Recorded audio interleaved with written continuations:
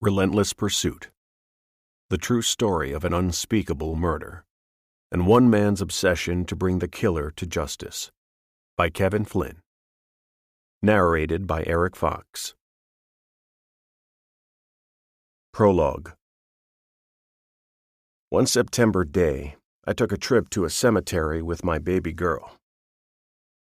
Megan had been born in the spring, and I'd spent less time with her than I should have. The day after my wife and I brought her home from the hospital, I was in court starting a grueling gang murder trial. It had been the same way when my son, Connor, was born 2 years earlier. 2 murder trials the month before and another a month after. The ceremonies of birth sadly surrounded by those of death. But at the end of my daughter's first summer, I took a 2-month break to be with her and my son, while both were still fresh and new in the world. It was a time that would prove to be the most treasured of my life. Still, for any man who's ever had it in him to want to be a homicide prosecutor, every day falls in a bittersweet autumn, and death is never that far away, nor is work. It was an afternoon in Indian summer 1995, with all the brightness and ominous portent of the season. My son was with my wife, Patrice, my daughter with me. It was time to go someplace. As I write this, my daughter is 11 years old, still in childhood but leaning over the edge to see what's next. To drive her anywhere in a car is to be treated to a movie glimpsed on the letterbox screen of a rearview mirror, with the characters of school and softball and family and Girl Scouts and everything else in her life playing across the features of a young lady flush with the potential of creative observation. I have to force myself to remember her as she was on that day, not all that long ago, sleeping in the back seat, strapped and mute in a baby seat turned away from me for safety's sake, when all I could see of her was a pink-blue hand that jerked occasionally with a bump or a turn. Right now, I couldn't get her in a car without a full accounting. Where are we going, and when are we going there, and when are we coming back, and do I really have to go? Back then, she didn't ask, didn't care. The concept of going was still far beyond her. She was 3 years from knowing what her father did for a living, put bad men in jail.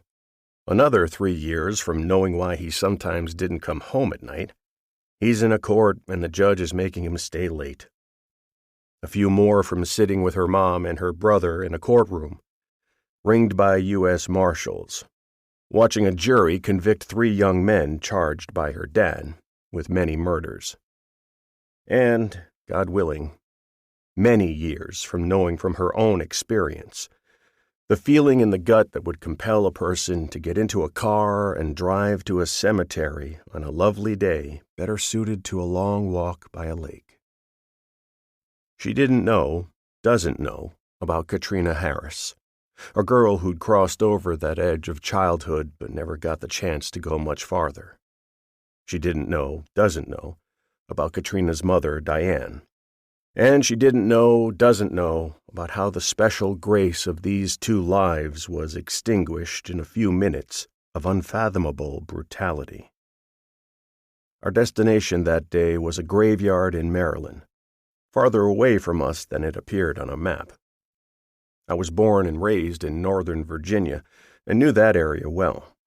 I could navigate in and out of many of Washington's neighborhoods, particularly those that had spawned my violent crime cases. Maryland was a different story. To many lifelong Virginians, it might as well be Mississippi, and the Potomac River dividing the 2 states looms wider in the mind than it does in real life.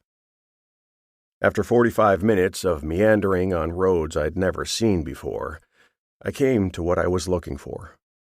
A brick structure with a white sign that read, Harmony Memorial Park. It was the first time I'd been in a cemetery since I'd buried my father 9 months before, on a mild December day in a park much like this one. That desolate scene rushed back to me as I surveyed this place. Rolling hills of spotty sod, Hundreds of bronze markers sunk into the soil. Acres of empty expanse awaiting more arrivals. I went to the cemetery office. Here worked the postmaster for this small, silent town, and she gave me the address I needed for the people I was visiting. Diane Hawkins and her daughter, Katrina Harris. No more 3461 Eads Street, Northeast Washington, D.C., of course. Now their home was Section 16, parcels A39 and A42. I drove to where the graves were. Megan had roused herself earlier in the ride, but now was asleep again. I didn't want to wake her and take her from the car. Not then, not there. There were no other cars on the winding road, no visitors walking about on the hills. I could hear landscapers toiling around the bend, but the whine of their machinery sounded distant. The weather was warm, but not oppressive. If the graves were close to the road, I could lock Megan in the car and walk a short distance, as long as I was able to keep her in view. But I knew I wouldn't have much time. I bounded a small bluff to find the plots. Suddenly, a marker appeared beneath my feet.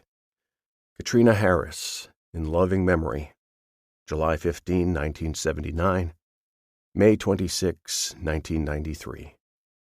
Like my father's, it was mint-condition bronze, Olympic medal bronze, marred only by grass shavings tossed from a mower. But where was Diane? In an unmarked plot, as it turned out. A rectangle of fresh turf outlined her place, catty-corner from her daughter's. The family, it seemed, couldn't afford to pay for both plaques at once. One of Diane's sisters would have made the arrangements, and I knew them, and I knew enough about Diane to know that her voice had been in their ears. "Girl, do Trina's first," she would have said with a soft chuckle. "Not like I'm going anywhere." I stood there for a moment, and a breeze kicked up. I placed myself between the two of them, as you might if you were standing in somebody's living room and wanted to be heard by everyone. I looked over my shoulder at my car. Everything was still. A pause. Out of habit, I lapsed into the Catholic prayer for the dead. "Eternal rest grant unto them, O Lord," I murmured, "and let perpetual light shine upon them. May their souls and the souls of all the faithfully departed rest in peace. Amen." Another pause. "Diane, Trina," a glance at the car. "I'm going to be telling your story. I promise you I'm going to get it right. Just help me." I leaned down and patted the marker. I shot a wave to Diane's patch of sod, and I was gone. I knew I'd be writing this book. I needed a blessing, a benediction. That's why I went there. What I didn't know was that it would take me more than 10 years to get the story right. Chapter 1. It's what we do. That's a phrase I hear many times around my office, with different meanings depending on the context in which it's used and the intonation with which it's spoken, but its implication is always the same. Prosecutors are different from other people, and definitely different from other lawyers. Sometimes the phrase means that we're the good guys, so of course we have to meet a higher standard. Used in this way, the phrase gives expression to the arrogance of righteousness. Unlike private lawyers, we're beholden to no single client but only the public at large, and our own inchoate sense of right and wrong. If we can't prove a defendant's guilt, if we don't believe in a case, we drop it. If we come across evidence that a defendant can use at his trial to try to prove his innocence, we turn it over to his lawyer. It's what we do. Sometimes the phrase means that whatever success we achieve, it's never anything more than what was expected. It's what we do.